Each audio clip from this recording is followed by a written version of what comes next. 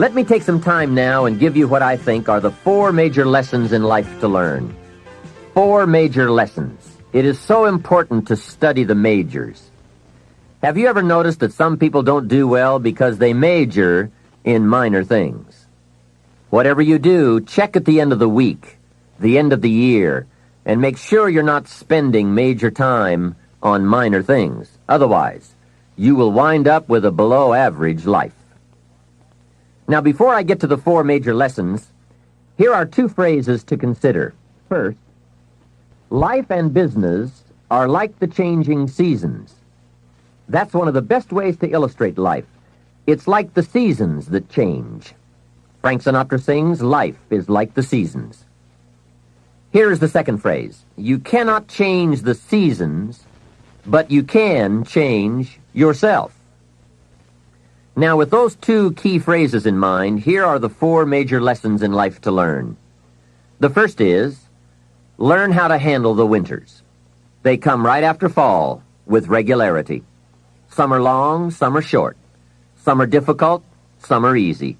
But they always come right after fall. Remember, it isn't going to change. Now, there are all kinds of winters, right? The winter when you can't figure it out. The winter when it all goes smash. Wintertime, we call it the winters of your life. One writer called it the winter of discontent. The winter when it turns upside down, when it all goes wrong. There are economic winters, social winters, personal winters, when your heart is smashed into 1,000 pieces.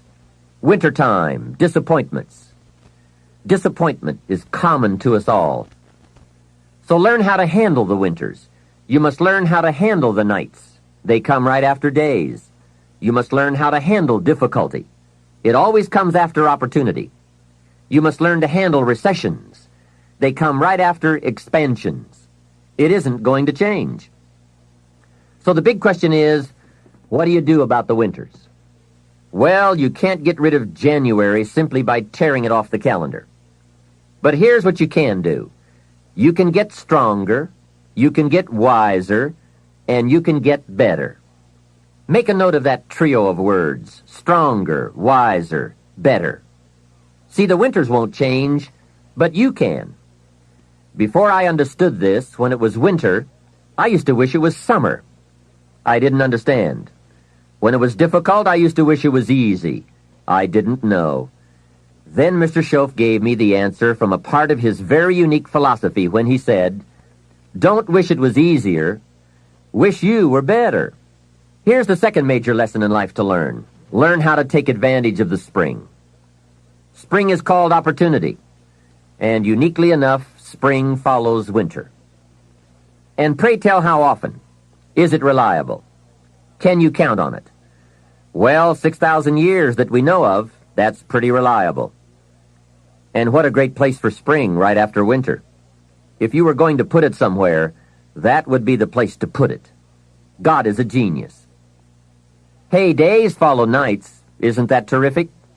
Opportunity follows difficulty. Expansion follows recession. And all with regularity. You can count on it. However, make a special note of the 2 words, take advantage. That is what we must learn to do, take advantage. Just because spring comes is no sign you're going to look good in the fall. You must do something with it. In fact, everyone has to get good at one of 2 things, planting in the spring or begging in the fall. So take advantage of the day, take advantage of the opportunity, and read every book you can get your hands on to learn how to take advantage of the spring. And one more thought, get busy quickly on your springs, your opportunities. There are just a handful of springs that have been handed to each of us. Life is brief even at the longest. The Beatles wrote, life is so short. And for John Lennon on the streets of New York, it was extra short. But it is short. Elton John sings, she lived her life like a candle in the wind. Life is fragile. Life is brief. Whatever you're going to do with your life, get at it. Don't just let the seasons pass.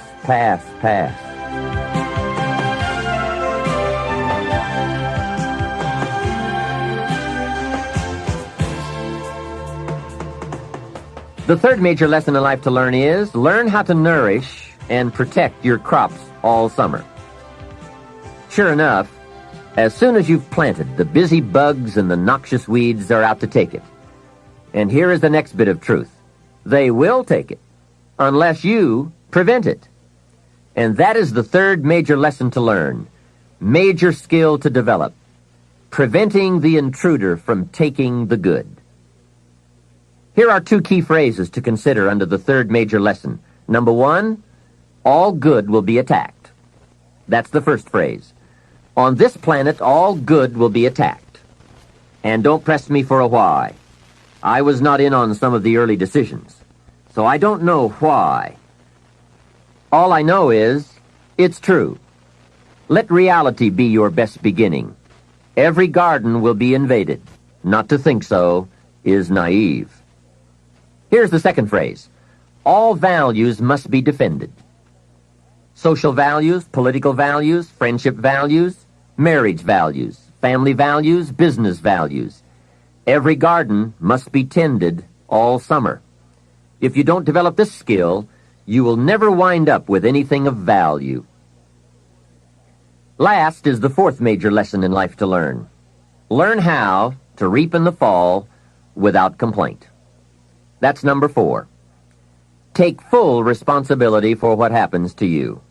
It is one of the highest forms of human maturity, accepting full responsibility. It's the day you know you have passed from childhood to adulthood, accepting full responsibility. And learn how to reap in the fall without apology.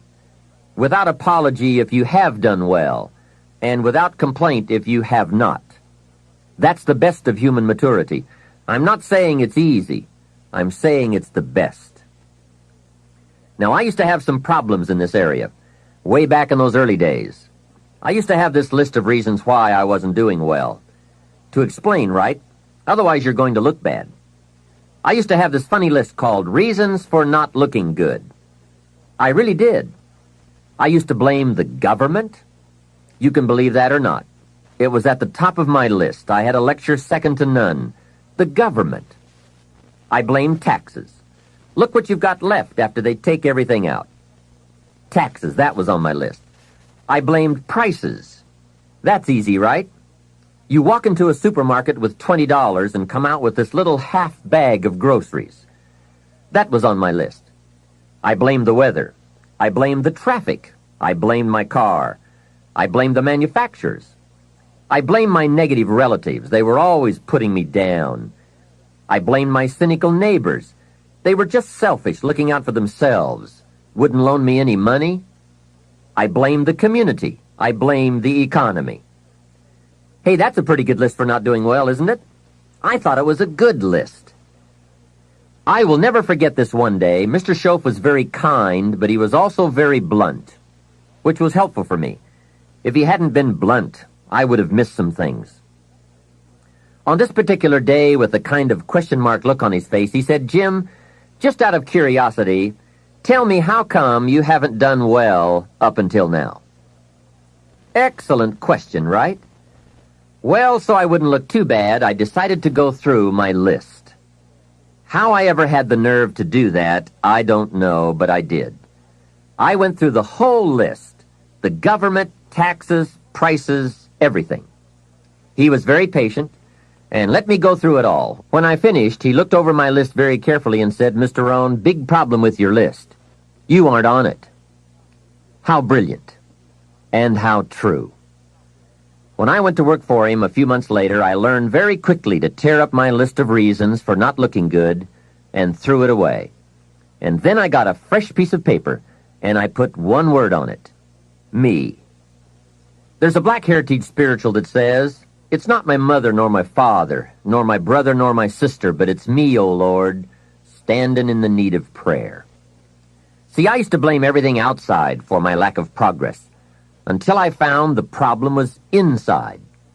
For a big share of my life, I kept looking for the answers to do well outside, and I found out the answers were inside. Success is not something you pursue. Success is something you become. You see, it's not what happens that determines the quality or the quantity of your life. It's not what happens. And the reason is because what happens to about everybody. The sun went down on all of us last night. A common event. And I found out the same things can happen to two different people, but one gets rich and the other stays poor. Why is that? It's because it's not what happens, but rather it's what you do about it. That is an important phrase for your written and mental notes. It's not what happens. It's what you do that makes the difference in how your life works out. What happens is about the same for everybody. It's what people do that makes the difference. Anything can happen, right? I've heard all of the stories. Hey, I've been one of the stories. We could all tell stories for days on end. Anything can happen. Have you heard of Murphy's Laws? Surely you have. Murph had these laws. One of the laws was, if anything can go wrong, it will. That's one of Murphy's laws. Anything can happen. I've fallen out of the sky so many times, once to the tune of a couple of million. Devastating. Took me a while to get over that one. Now, it wasn't all that much, but it was all I had. That's much, right? When it's all you've got. If you've got 3 and 2 go and you've got 1 left, you aren't looking that bad, but when it all goes. I'm sure you've had that kind of experience. Of course, a long time ago, when you ran out of money and got to 0, you were all through. Heck, now you can whistle right on by 0, right?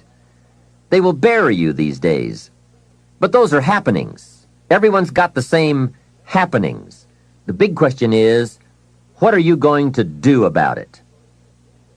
Someone says, yes, but you don't understand the disappointments I've had. Come on. Everyone has disappointments. Disappointments are not special gifts reserved for the poor. Everybody has them. The question is, what are you going to do about it? While we're talking about personal development and letting go of limitations, here are what I consider to be the biggest self-imposed limitations any man or woman has ever had to deal with. First, procrastination.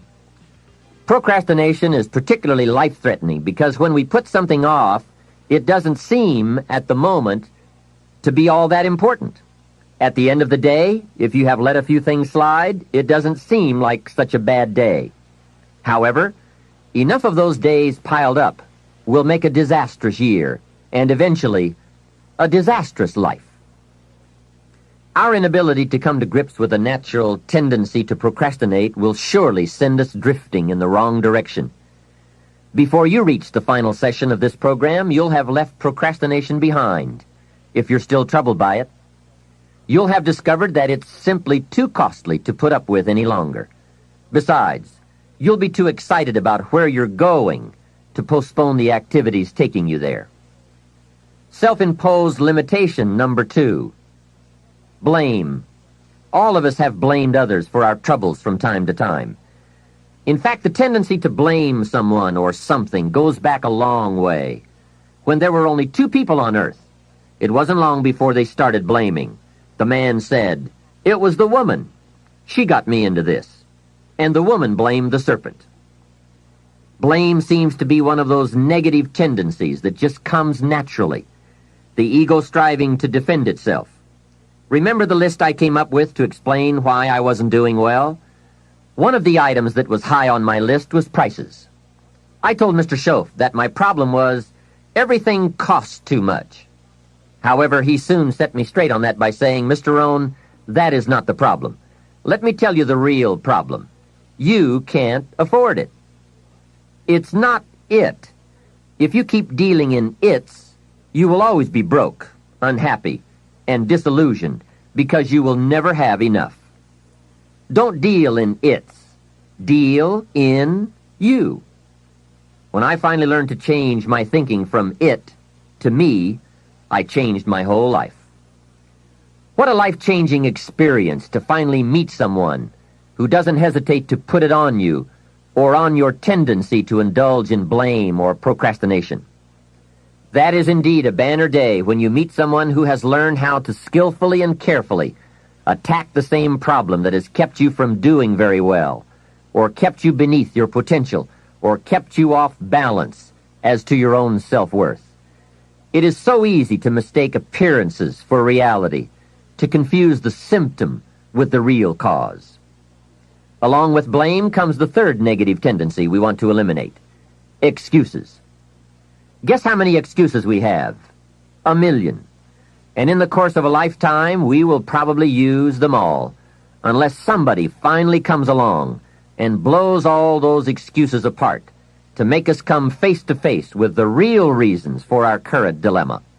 Until that time, we will probably use another 1,000,000 excuses to prevent ourselves from having $1,000,000. Here's one of the major questions I'll pose to you during this program. What are you going to do starting today that will make a difference in how your life works out? Good question, right? What are you going to do? See, if you don't do something starting today that will make a difference, guess what? It's going to be the same. And you can guess what the next 5 years are going to be like. Just look at the last 5. The next 5 years will be like the last 5 unless you, Major Key, make all the changes. Now here's another key question. What can you do starting today that will make a difference? That's a good question. What can you do? What can you do with economic chaos?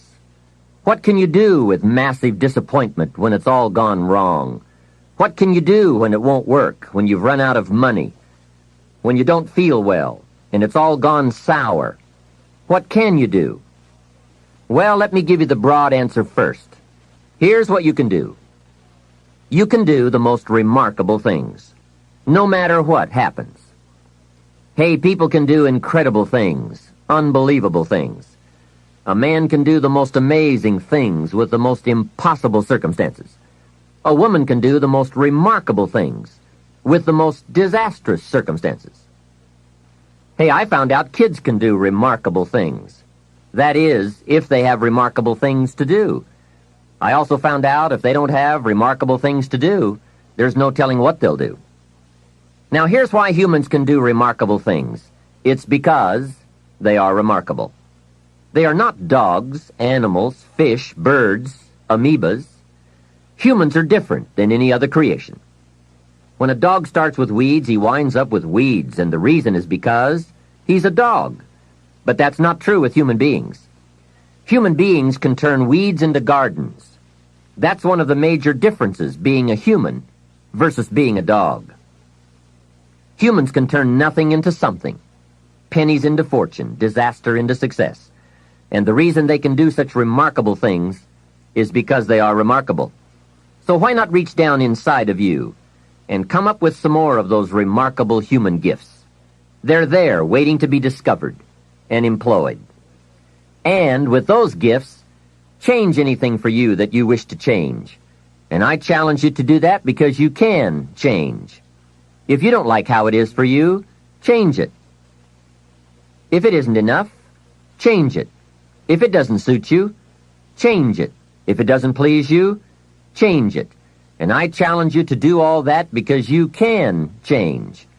See, you don't ever have to be the same after today, only by choice. If you don't like your present address, change it. You're not a tree. Now for the process of change, just a philosophical pronouncement won't do. It takes more than that. And it takes more than enthusiasm. I know we are hearing a lot about enthusiasm these days. We're still hearing the old cliche of the 30s, to be enthusiastic, you must act enthusiastic. But see, that won't help. I'm sorry. Hey, after you have leaped about, there are some things you've got to do, or it isn't going to change for you. You can get all excited about lifting 200 pounds until you get to the gym. Then you need a new excitement. And the new excitement is discipline. Discipline, the major step to human progress. If there is one thing to get excited about, this is it. Get excited about your ability to make yourself do the necessary things to get a desired result. That's true excitement, not just optimistic panic. True excitement. Hey, what could you do starting today that would make a big difference in your life? Answer, no telling.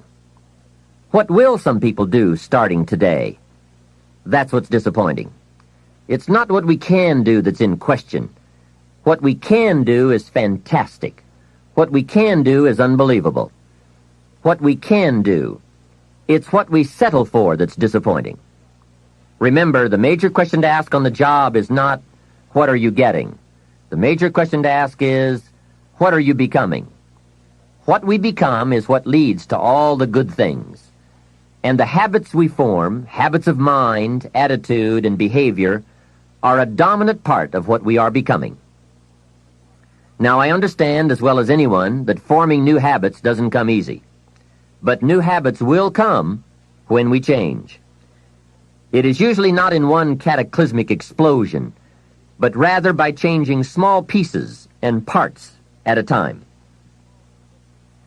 I think that's how most of us change. We just keep nudging ourselves in the right direction, forming one or two new habits at a time, little by little, until finally we've made the turn. And this is where the good life comes from, those personal changes. There's nothing you can do with the seasons, but there's everything you can do with yourself. Don't wish for the winters to change. Wish for your own attitudes, strength, and capabilities to change in order to handle the winters. Really making personal changes calls for 10% inspiration and 90% perspiration. Wishing we could change is a beginning, but now wish must be translated into activity, and inspiration and affirmation must lead to discipline. We can affirm that we are going to change, but we must now form new habits and develop new disciplines for the affirmation to come true. Make sure your activities are not going in the opposite direction of your affirmation. Make sure your daily thoughts and activities take you in the direction of your affirmation.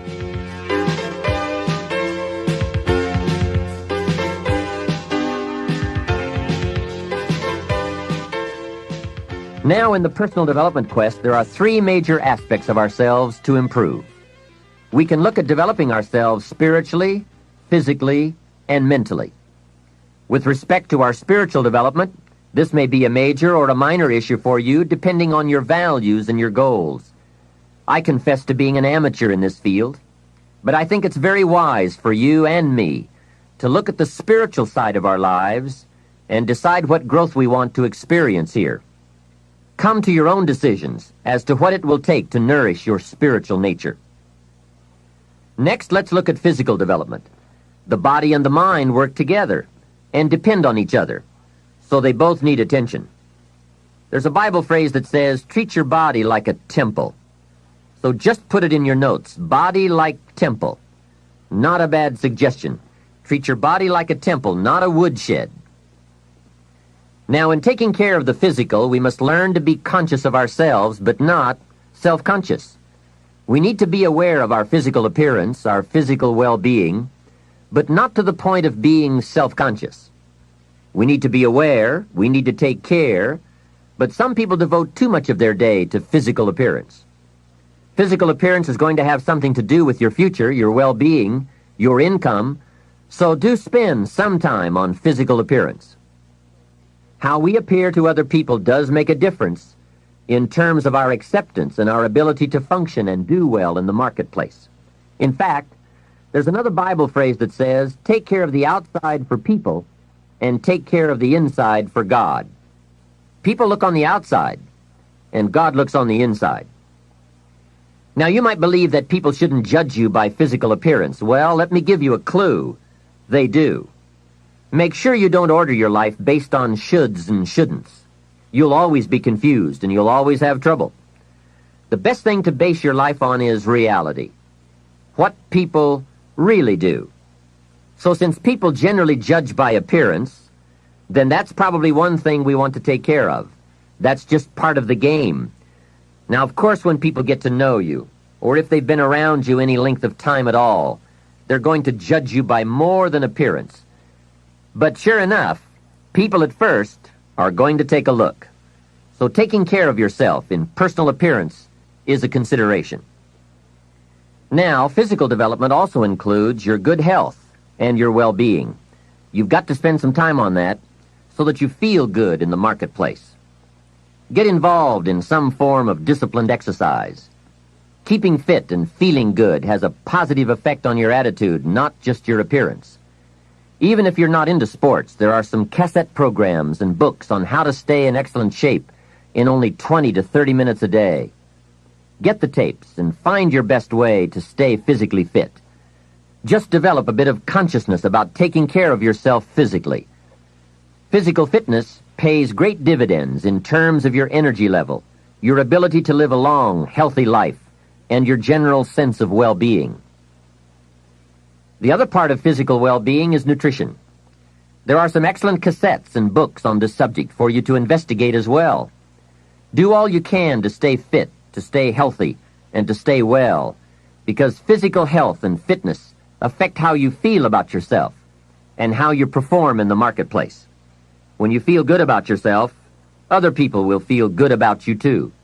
Appearance, vigor, vitality, and well-being have a lot to do with how your life works out.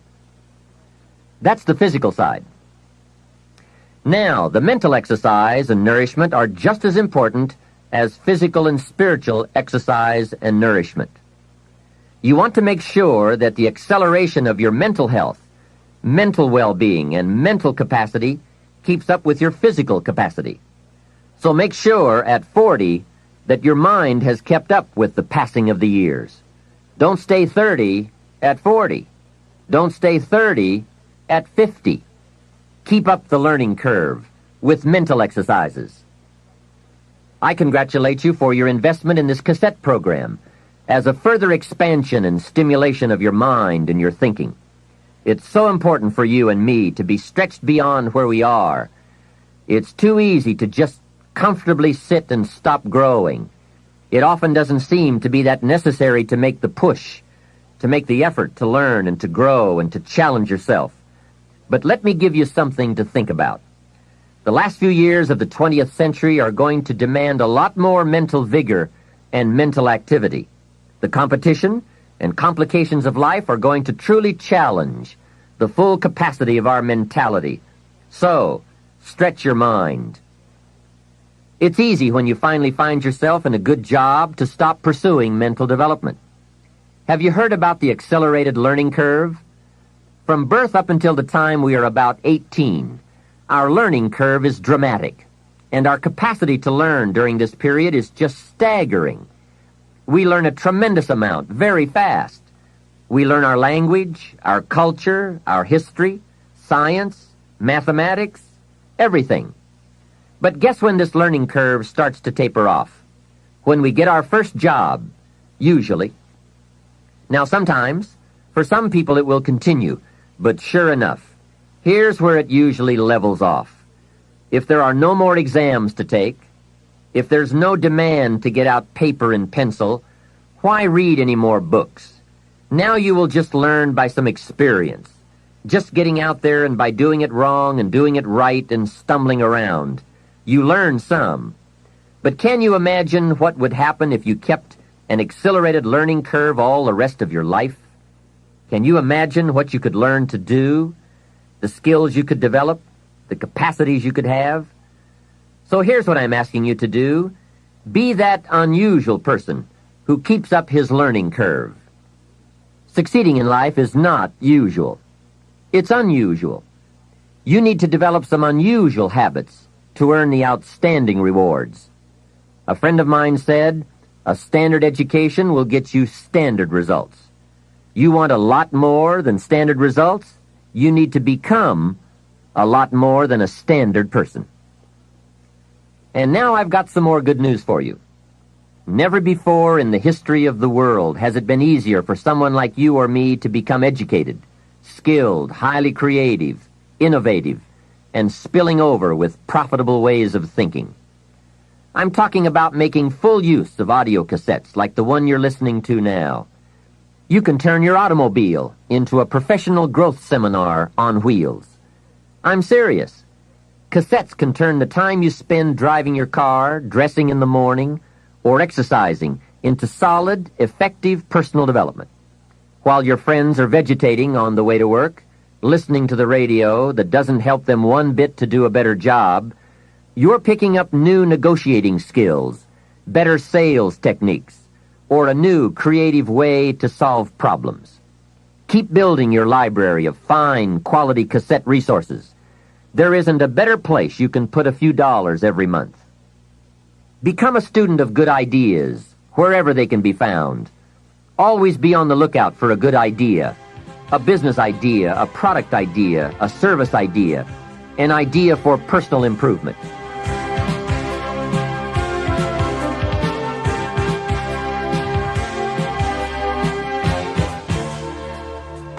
Now, since forming these new habits of personal growth will require some discipline in the beginning, let me give you a key to discipline.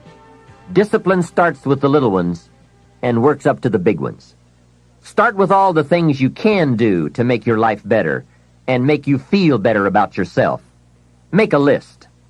Life will give you some pretty big challenges if you can handle the small ones. But unless you practice on the small ones and master those, you don't have a chance for the major ones. A man strides out of his house to go straighten out the corporation, and he has not yet straightened out his garage. Who's kidding who? So work on all the disciplines that will improve the quality of your life. And here's an important thought. Everything affects everything else. Every lack of discipline affects every other discipline. Mistakenly, the man says, "This is the only place I let down." See, that's not true. Every letdown affects the rest of your performance. Now here's the positive side. Every new discipline affects every other discipline. Every new thing you try affects the rest of your performance. Isn't that exciting? So get started on every small discipline you can think of. You can't believe what it will do for your self-confidence. And remember, the greatest deterrent to success is lack of self-confidence. And lack of self-confidence comes from not doing what you could do. Next comes self-motivation. And really, it's the only kind of motivation there is. Self-motivation. I was on a lecture tour in Australia not long ago, and the press interviewed me. And they asked me, "Mr. Rohn, are you one of those American motivators?" I said, "No, I'm a businessman. I can share my ideas and my experiences, but people have to motivate themselves." Hey, I found out you can't change people. They can change themselves, but you can't change them. Lord knows, I've tried. I had a super group of salespeople back in those early days, and I said, "I'm going to make them successful if it kills me." Guess what? I almost died. You can't do that. In management, we learn good people are found, not changed. If you want good people, you have to find them. That's the best answer I can give you. If you want motivated people, you have to find them, not motivate them. The first rule of management is don't send your ducks to Eagle School. Why? Because it won't work. I've tried it all. I picked up a magazine not long ago in New York, which had a full-page ad in it for a hotel chain. The first line of the ad read, "We do not teach our people to be nice." Now that got my attention. And the second line said, "We simply hire nice people." I thought, what a clever shortcut. Motivation is a mystery. Why some people are and some are not. Why does one person in sales see his first prospect at 7 in the morning, and the other salesperson sees his first prospect at 11 in the morning? Why would one start at 7 and the other start at 11? I don't know. I call it mysteries of the mind. I give a lecture to 1,000 people. One walks out and says, "I'm going to change my life." Someone else walks out with a yawn and says, "I've heard all this stuff before." Why is that? Why aren't they both affected the same? I don't know. I call it mysteries of the mind. A wealthy man says to 1,000 people, "I read this book, and it started me on the road to wealth." Guess how many people of the 1,000 go out and get the book? Answer, very few. Isn't that incredible? Why wouldn't everyone go get the book? It's called Mysteries of the Mind. To one person you say, "You better slow down. You can't work that many hours, do that many things, go, go, go. You're going to have a heart attack and die." And to another person you say, "When are you ever going to get off the couch?" What is the difference? It's called Mysteries of the Mind. Why wouldn't everyone strive to be wealthy and happy? I don't know. It's a mystery. So, be self-motivated. Don't give that job away to someone else. The guy says, boy, if someone will just come by and turn me on. Hey, what if he doesn't show up? You've got to have a better plan for your life. Since you're self-motivated, and I would assume that you are since you've invested your money, and now you're investing your time to gather good ideas for more success, I want to share the best of what I've learned and experienced in my life. You deserve the best I have to give, and more. Now, I'm sure you'll agree that this fundamental personal development is a major part of the platform, the foundation on which you can build. So let's get on now with the rest of the fundamentals for wealth and happiness. Of all the subjects that stir the imagination, this has to be one of the major ones: financial independence, freedom from financial concerns, owning the financial resources that give you the means to really do what you want to do, to make your life all that you want it to be. We don't have time to go through all the interesting ideas that have been written and discussed on the subject of financial wealth, but I will offer you a few major ideas that have really made a difference in my life, financially and otherwise. Mr. Shoaff said to me that he thought it was a worthy goal to become financially independent for 3 major reasons. First, with money no longer a time-consuming consideration, I could then begin devoting heavy time to all the other dimensions of my life. Second, he suggested I become financially independent because it would tremendously increase my ability to help others. Only from positions of strength, including financial strength, can we help someone else. Finally, and most important, he said, I believe it is worthwhile to become financially independent for the sake of developing the person you must become to achieve that goal. What a major secret he taught me. Set a goal to entice you to become the person it takes to achieve it. Reaching the goal is the lesser value. The primary value lies in the person you become by reaching it. You see, it's not the $1 million that's most important. It's what you must do and become in order to be a millionaire. We're all aware that many people feel that we must be careful of focusing on money or affluence or abundance, that in it or in the pursuit of it there is danger. We often hear quoted from the Bible, the love of money is the root of all evil. And I do agree.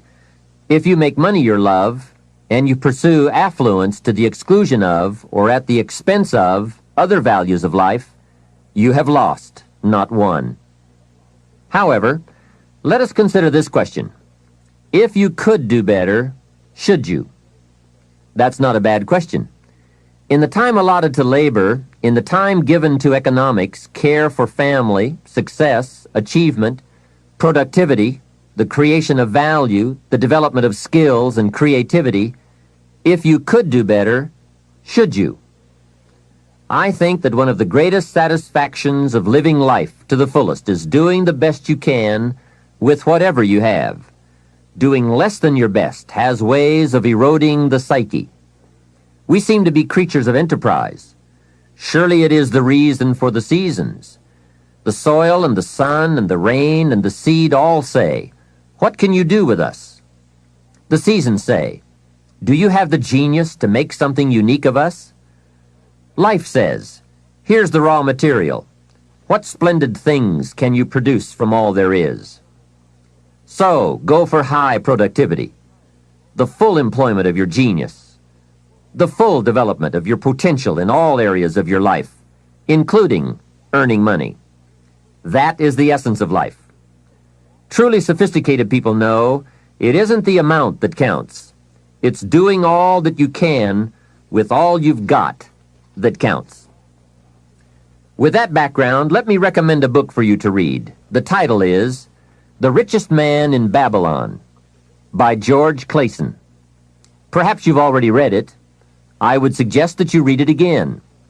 It's just a small book. You can read it in one evening. I call it the appetizer for the full discourse on the subject of financial independence. Now, let me give you the major theme of the book. The major theme is that what you do with what you have is more important than what you have. What you do with what you get is more important than what you get. What we do with what we have says so much about us. It reveals our philosophy of life, our attitude, what we know, and what we think, and the makeup of our character. It is a reflection of what is going on inside of our head and within our value system and decision-making process. It also reveals our ability to weigh and to perceive. The outer is always a reflection of the inner. It is an indication, a reading, a revealing. It speaks, it tells, it shows. Remember that key phrase I gave you earlier? Everything is symptomatic of something, and it is symptomatic of something right or something wrong. It is a wise policy not to ignore the symptoms, for they can be early signs of a poor choice of philosophy, or a sign that something important is being misread, misunderstood, miscalculated. So of all places, take a look here. What you are doing with your money says something about you. Now, what you're doing may be okay. All I'm suggesting is that you take a look. Let me give you some of the details of a good financial plan as suggested by Clayson's book. First, a very broad but important statement. Learn to live on 70% of your net income. Net meaning the money you have left after paying your taxes. And before we go any further, let us consider that most important part of our personal, social, and economic life. We must all in our lifetime, whether we are young or old, understand the necessity and the practice of paying taxes. We have to teach our children as soon as they have any money at all from any source that if they spend it for anything, they immediately become what we call a consumer.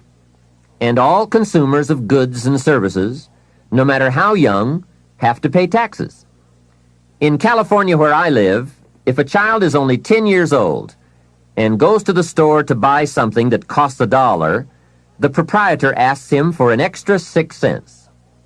The child may look at the price tag and say to the proprietor, "But it says $1. What's the 6 cents for?" And what a great time to teach the necessity for everybody to pay taxes, even at age 10. So a full explanation is due. If you're going to take 6 cents off a kid, you've got to tell him where it goes. After all, it is his 6 cents. He could well ask the proprietor, "Do you keep it?" The proprietor, of course, would explain that it's for taxes, that he doesn't get to keep it, that he merely collects it. The next obvious questions are, who gets it? And what is it used for? And with these very intelligent questions come some very important answers. To the child we explain, since we all have decided to live together, we call ourselves a society. And for that society to function, there are some things we cannot individually do for ourselves. We cannot each build a piece of the street. The machinery would be too expensive, and it would take too long to learn how to use it and then to do it. So we have a government, and government is people we have put to work doing those things for us as a community that we cannot do for ourselves. The streets, the sidewalks, the police, all of this must be paid for. So we have agreed to take some of the money when all of us buy something and give it to the government so that it can do things for us. This is such an important subject. Kids have to learn it. We all have to learn it. We then move up to federal taxes and all that those tax dollars are meant to do. Here's a pretty good way to explain federal taxes. I call paying taxes the care and feeding of the goose that lays the golden eggs. It is so very important to feed the goose, not abuse the goose, not tear off a wing of the goose, but to feed and care for it. You might say, well, yes, but the goose eats too much. Hey, that's probably true. But remember, just about every appetite eats too much. Don't we all eat too much? Let not one appetite accuse another. If you step on the scales and you're 10 pounds heavy, you've got to say, yes, me and the government are about 10 pounds heavy. Looks like we both eat too much. Remember, every appetite must be disciplined, yours, mine, and the government's. We could all use a diet. Mr. Schoaf did give me a very great service when he taught me how to be a happy taxpayer. Now, I must admit it took a while, but I did finally become a happy taxpayer. Part of it was understanding what tax dollars were for, and that it is right for everyone to pay his fair share. I finally decided I didn't mind picking up my share of the tab for the radar. It's so necessary for our safety as a country to keep the international bullies away. Some people say, why bother with all that expensive equipment? After all, they won't come over here. Obviously, they haven't read their history books. Someone else says, I'm not picking up any part of the radar. Well, then I would suggest you go where they don't have any radar. If you are going to enjoy the benefits, then you have to pay your share. Jesus, the master teacher, gave some very clear advice one day when he said, pay Caesar first. Caesar meaning the government and taxes. Hey, that's pretty clear. Pay Caesar first. And for some unique reason, he didn't see fit to criticize Caesar. He just said, pay. I don't think we need a prophet to explain that one to us. Now, don't pay more than you should. Take advantage of the advantages and the incentives. But then when you get to the bottom line, whatever that is, pay it. And pay with happiness, knowing that you are feeding the goose that lays the golden eggs. The golden eggs of freedom, safety, protection, justice, free enterprise. A society that works, provides a market and unprecedented opportunity. Freedom of speech, freedom of religion, education for our children. This is the most powerful nation on earth, and it provides us with the greatest chance to create a unique life. Some goose, some eggs. And remember, everyone should pay. Dignity demands that we all contribute no matter how small the amount. Everyone should pay. Even the federal tax bill, in my opinion. If only $1 a year, that's okay. Just so you can say with dignity, I pay my fair share. A classic example. An ancient Bible story says Jesus and his disciples were watching people come by and contribute to the treasury. Some came by and gave large amounts. Some gave average amounts. And some gave modest amounts. The story then continues.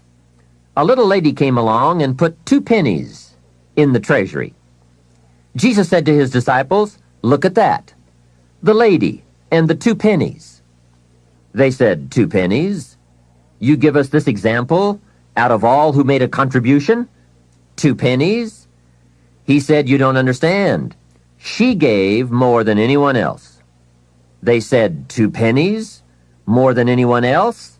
Some have given fortunes. He said, you don't understand. Her 2 pennies represented, I'm sure, more of what she had than the large amounts represented of what their givers had. So she gave the most. How remarkable. But let's continue the story. Sometimes what is not said or reported is also a valuable part of the story. Consider what Jesus did not do. He did not take the 2 pennies out of the treasury and run after the little lady and say, here, little lady, we have observed that you are so poor and so pitiful, we're going to give you back your 2 pennies. We just can't let you pay. What an incredible insult that would have been. She would surely have said, aren't my 2 pennies good enough? They represent a great portion of what I have. Will you take away my dignity? No, that scene did not occur. And what a meaningful lesson. We learn from what did not happen as well. Let me give you the eloquence of silence, the eloquence of what was not reported but certainly must have been true. And it reads, Jesus left her 2 pennies in the treasury. What an important silent statement. It's of the highest philosophy. It best explains our earthly experience. Life is conditional. Value is on the other side of price. And of first importance is the act, not the amount. Everyone must pay, even if it is only 2 pennies. Now, after taxes, and I said all that to get to this, learn to live on 70%. The reason it's 70 is because you're going to be doing some very special things with the 30%. So what's left, 70%, is yours to spend. Now let's talk about the all-important subject of how you allocate the 30%. I remember one day saying to Mr. Schoaf, if I had more money, I would have a better plan. He said to me, Mr. Rohn, I would suggest that if you had a better plan, you would have more money. So it's not the amount that counts, it's the plan that counts. It's not what you allocate, it's how you allocate it. Here's the first part of the allocation process. Of the 30% you're not spending, 10% should go to charity, giving back part of what you have taken out to help those who cannot help themselves. I think that's a good percentage. Now, you can pick your own percentage. It's your life, and it's your plan. But giving your money to a church or to an institution is a good idea. More often than not, they can find the people who are in need. But whether you administer it yourself or give it to an institution to distribute, 10% should be given to charity. And by the way, the best time to teach this allocation process is when a child gets his first dollar. Take him on a visual tour. There's nothing better than visual to illustrate what you're trying to teach. Take him to where some very unfortunate people live who cannot take care of themselves. Kids have big hearts. If they see the problem, they won't have any trouble giving a dime out of every dollar. And one more thing. The time to start this is when the amounts are small. It's pretty easy to flip a dime out of a dollar, and it's a little more difficult to give away 100,000 out of 1,000,000. You say, oh, if I had 1,000,000, I'd give 100,000. I'm not so sure. That's a lot of money. Best we start you early, so you will have the habit before the big money comes your way. Now, here is what to do with the next 10%. Set aside 10% for capital you manage. That is, capital you find ways to utilize. Do some buying and selling yourself. Buy something, fix it, and sell it. Engage in commerce, even if it's only a part-time venture. Your home is a major capital project. In my opinion, we should all engage in capitalism in this country. Here, we believe capital belongs in the hands of the people. Communism teaches that capital belongs in the hands of the state. That's a great difference in ideology. I guess communism feels that humans are too dumb and stupid to know what to do with capital, so it should all be given to the state. Let the state run everything, and let the people meekly show up for their work assignments. In our country, we believe the genius to know what to do with capital resides in the populace, the people, the genius to come up with ideas for goods and services brought to the marketplace. It has built a dynamic enterprise known as capitalism and has created opportunities in abundance. And again, remember this thought. The best time to teach capitalism is when a child is old enough to be stimulated by ideas for goods and services. Kids learn the concept of performing services in exchange for capital early, right? They mow the lawn, help in the house, earn an allowance. But take it a step beyond that, as soon as possible. They will pick it up fast. Kids ought to have 2 bicycles, one to ride and one to rent. It doesn't take much to be in business. It doesn't take $1 million. And the same business principles apply whether it is a bicycle business or General Motors. Show kids how to buy a bottle of soap for $2 and sell it for $3. Right in the neighborhood. It's called capitalism in action. Profits, products, and services brought to the marketplace. It is most exciting once you understand the mechanics and the dynamics. It's the stuff of which fortunes are made. And teach kids the advantage of being kids. Some people will buy from you just because you're little. So you must get on with it. You won't be little forever. So Johnny goes a few doors down from your home in the neighborhood and knocks on a door. Mrs. Jones answers, and Johnny says, Mrs. Jones, I have this bottle of soap. It is the best there is. My mother uses it, And lots of people I know wouldn't use anything else. You should really have some. It only costs $3, and I'm your neighbor, so I can take care of you. And besides, I'm little. There, isn't that simple? Commerce in action. Capitalism at its foundation.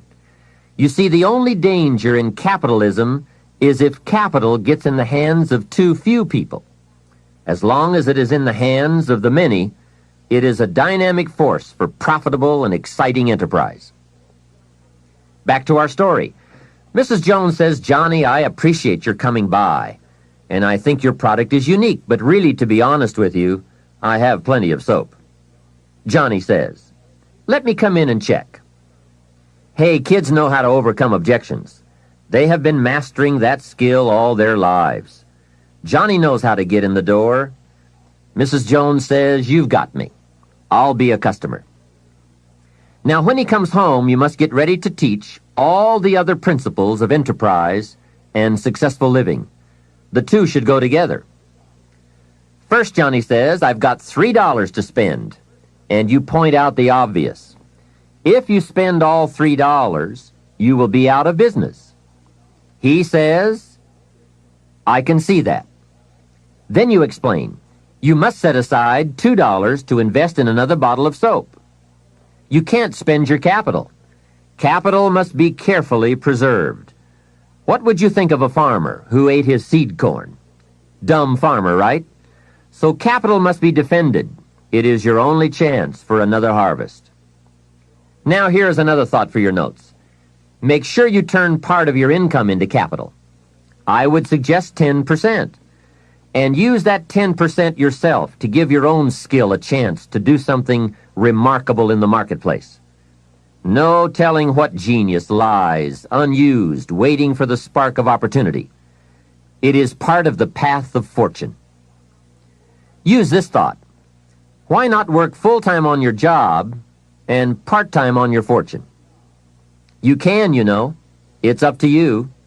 And you can't believe the feelings every day when you can honestly say, "I'm working to become wealthy. I'm not just working to pay my bills." It makes a different kind of day. You will find it hard to go to bed at night and exciting to get out of bed in the morning. Remember, it's the same day, the same opportunity, the same you, but it is a greatly different life working to become wealthy or working to get by.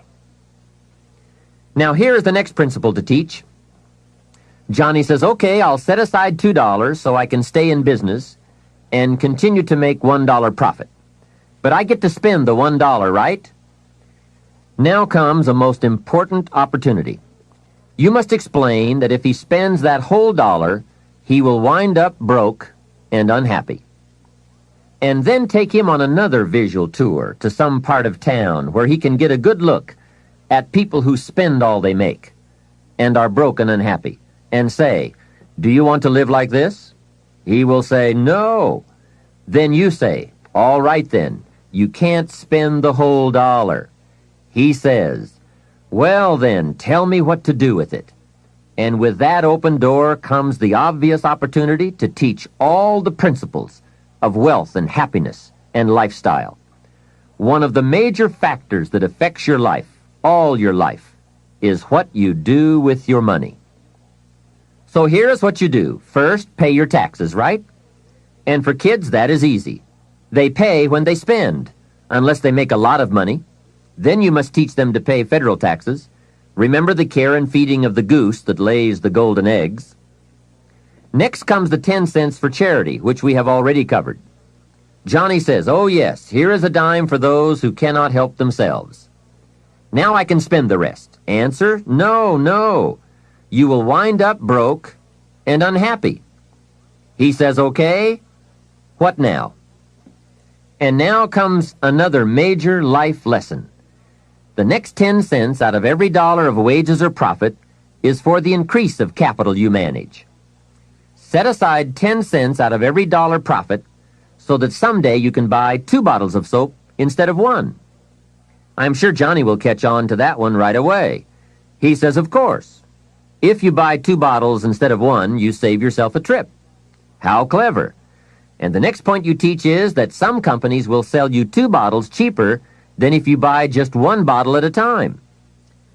They sell you 1 bottle for $2 and 2 bottles for $3.80.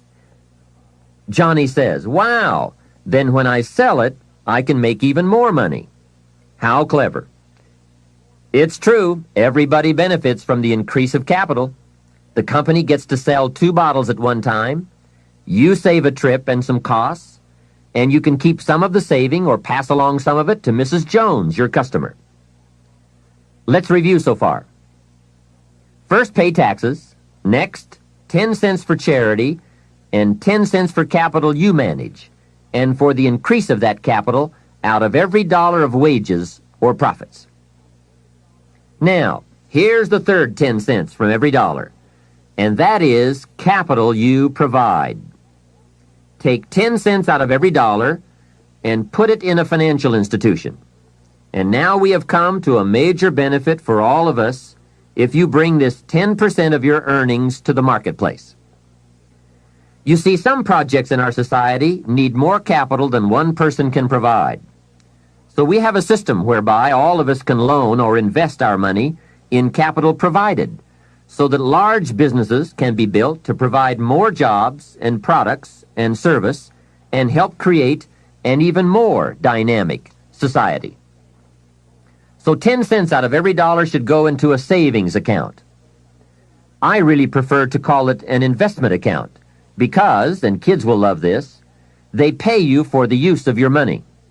You can get back the money you loaned, and you will have more profit from what you are paid for the use of your money.